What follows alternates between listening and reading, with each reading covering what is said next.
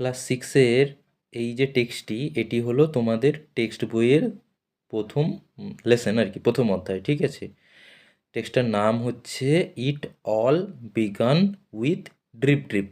এর বাংলা মানে হচ্ছে এর যে সব কিছু শুরু হয়েছিল কোথা থেকে? ড্রিপ ড্রিপ থেকে। এবার কি সব কিছু, ওটা টেক্সট পড়লে বোঝা যাবে। এখানে এই যে টেক্সটের যে হেডিংটা বা টাইটেলটা, ওখানটায় একটা জিনিস লক্ষ্য করার মতো কি আছে, ইট অল বিগান আছে। অ্যাকচুয়ালি বিগান কিন্তু বিগিনের পাস্ট ফর্ম। ঠিক আছে, আমরা তো জানি যে ভার্বের তিনটে ফর্ম হয়, V1, V2, V3। তেমন V1 হচ্ছে বিগিন, এই V2 মানে পাস্ট ফর্মটা হচ্ছে বিগিনের বিগান, BEGAN। এর যে পাস্ট পার্টিসিপেল ফর্মটা কি, সেটা হচ্ছে বিগান, BEGUN, বিগান। ঠিক আছে, আর দুটো ফর্ম থাকে ভার্বের। সবাই এটা মনে রাখবে যে ভার্বের শুধুমাত্র তিনটে নয়, আরও দুটো ফর্ম থাকে। কি? V1, V2, V3। এবারে V4 হচ্ছে ভার্বের শেষে ING, যেটা কন্টিনিউয়াস টেন্সের ক্ষেত্রে ব্যবহার করা হয়। ঠিক আছে, যেমন এখানে কি হবে তাহলে, বিগিনিং, BEGINNING, বিগিনিং। আর V5টা কি? V5টা হচ্ছে ভার্বের শেষে এস বা ইএস, যেটা আমাদের কিসে ব্যবহার করা হয়, যেটা আমাদের ব্যবহার করা হয় থার্ড পারসন সিঙ্গুলার নাম্বারের ক্ষেত্রে। ভার্বের পরে এস বা ইএস যোগ করতে হয়। ঠিক আছে, প্রেজেন্ট টেন্সের থার্ড পারসন সিঙ্গুলার নাম্বারের পরে ভার্বের শেষে এস বা ইএস যোগ হয়, ওটা হচ্ছে V5। ঠিক আছে, তাহলে ভার্বের এই 5টা ফর্ম মনে রাখার মতো। তাহলে টেক্সটে আসা যাক, কি আছে, it all began with drip drip. এর রাইটার কিন্তু দুজন, একজন নয়, দুজন। আলকা শঙ্কর আর একজন হচ্ছে শার্লিন মুকুন্দন। এরা দুজন হচ্ছে এই টেক্সটের রাইটার। ঠিক আছে, এরা দুজন মিলেই টেক্সটটা লিখেছে। তাহলে টেক্সট শুরু হওয়ার আগে কি বলেছে এখানে, which of the following actions, এই যে নিচে যে 4টা অ্যাকশনস আছে বা কার্য আছে, would you consider to be true acts of bravery. এই যেই 4টা যে অ্যাক্ট আছে, ঠিক আছে, এর মধ্যে কোনটা তোমার মনে হয় যে খুবই একটি সাহসী কাজ? ব্রেভারি মানে সাহস। ঠিক আছে, সাহসিকতার কাজ কোনটা? Why do you think so, তুমি কেন মনে করো যে এটা একটা সাহসী কাজ? ডিসকাস ইন গ্রুপ, তোমার যে বন্ধুদের গ্রুপ আছে সেখানে এগুলা নিয়ে ডিসকাস করো। ঠিক আছে, প্রথমটা কি আছে, রোলিং ডাউন এ হিল। এর বাংলা অর্থ হচ্ছে পাহাড়ের ঢাল বেয়ে গড়িয়ে পড়া। ঠিক আছে, এটা কি সাহসী কাজ? সেকেন্ড প্রশ্ন হচ্ছে, সেকেন্ড অপশান হচ্ছে সুইমিং এগেনস্ট দ্য টাইড। এখানে টাইড বলতে জোয়ার বা কোনো যে জলের যে প্রবাহ, তাকে বোঝানো হয়েছে। ঠিক আছে, একটা জায়গা থেকে জল প্রবাহ হচ্ছে বা জোয়ার হচ্ছে, ঢেউ আসছে, তার অপোজিট দিকে তুমি সাঁতার কাটছো, এটা কি সাহসী কাজ? তারপরটা কি বলছে, rescuing people from a house of fire. ঠিক আছে, একটি বাড়িতে আগুন লেগে গেছে, তুমি সেখানে কোনো মানুষকে উদ্ধার করছো, এটি একটি কি সাহসী কাজ? তারপরেরটা কি বলছে, saving a person who is drowning. ঠিক আছে, একটা মানুষকে তুমি বাঁচাচ্ছ, সাহায্য করছো, কি? হুইচ ড্রাউনিং, যে জলে ডুবে যাচ্ছে। ঠিক আছে, এই 4টার মধ্যে কোনটা সাহসিকতার কাজ এবং কেন, এগুলা বন্ধুদের সঙ্গে গ্রুপে ডিসকাস করো। ঠিক আছে, এর মধ্যে কেন বা কোনটা, এটা কমেন্টেও জানিও। তারপরে টেক্সটে আসা যাক, কি আছে, a tiger was caught in a storm. ঠিক আছে, এ টাইগার, একটি বাঘ, ওয়াজ কট, আটকা পড়ে গেছে, ইন এ স্টর্ম, কোথায়? ঝড়ের মধ্যে। ঠিক আছে, একটি বাঘ ঝড়ের মধ্যে আটকা পড়ে গেছে বা আটকে গেছে। He had wandered near the village looking for something to eat. তাহলে কি বলছে, হি হ্যাড ওয়ান্ডার্ড, সে কী করছিল? ঘোরাঘুরি করছিল। ওয়ান্ডার মানে ঘোরাঘুরি করা। নিয়ার দ্য ভিলেজ, গ্রামের একটু কাছে, মানে যে জঙ্গলের পাশে যে গ্রাম, সেই গ্রামের কাছে সে ঘোরাঘুরি করছিল।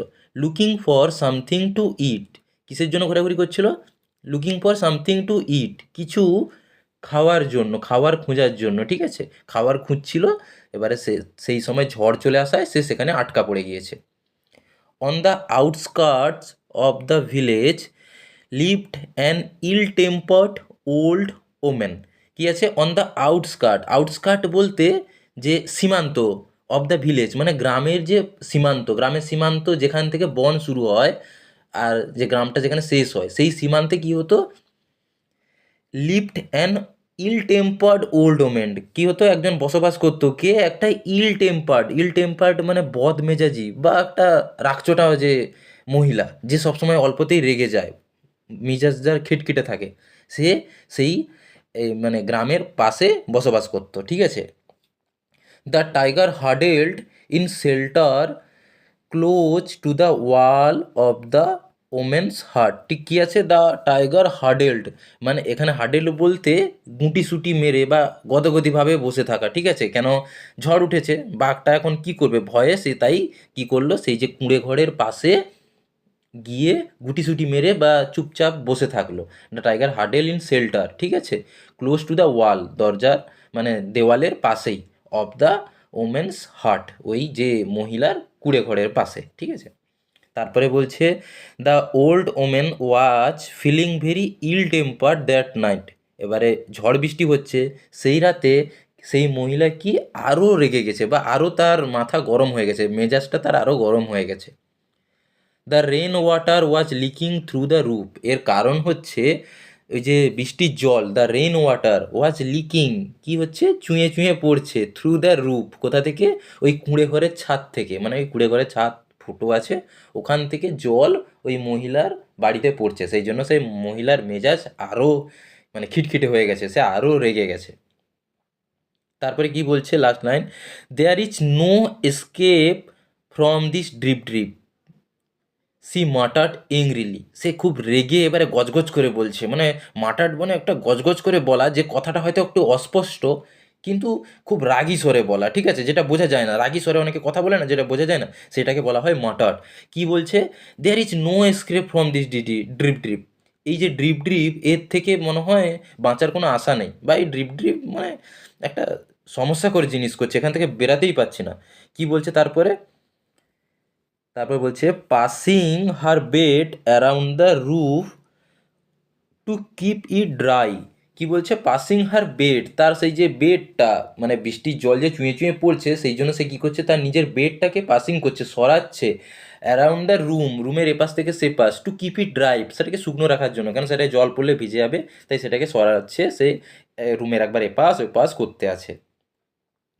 তারপরে কি বলছে, she shoved the bed and a tin trunk against a wall, ঠিক আছে, তিনি কি করলেন, সি সোপড মানে ধাক্কা দিলেন বা ঠেললেন, কি, the bed and a tin trunk, সেই যে তার মানে বেডটি, এই যে ছবিতে যে আছে, তিনি ঘুমিয়ে আছেন যে বেডের উপরে, সেই বেডটা আর তার নিচে যে ছোটো টিন ট্রাঙ্কটা, সেটাকে তিনি কি করছেন, দেওয়ালের দিকে ঠেলে সরাচ্ছেন, এগেনস্ট দ্য ওয়াল মানে দেওয়ালের দিকে ঠেলে সরাচ্ছেন।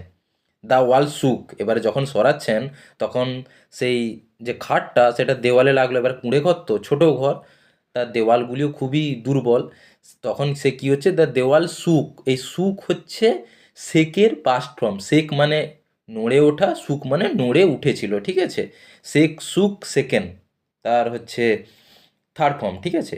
এবার আইএনজি ফর্ম হচ্ছে শেকিং, আর এস ফর্ম হচ্ছে সেক্স।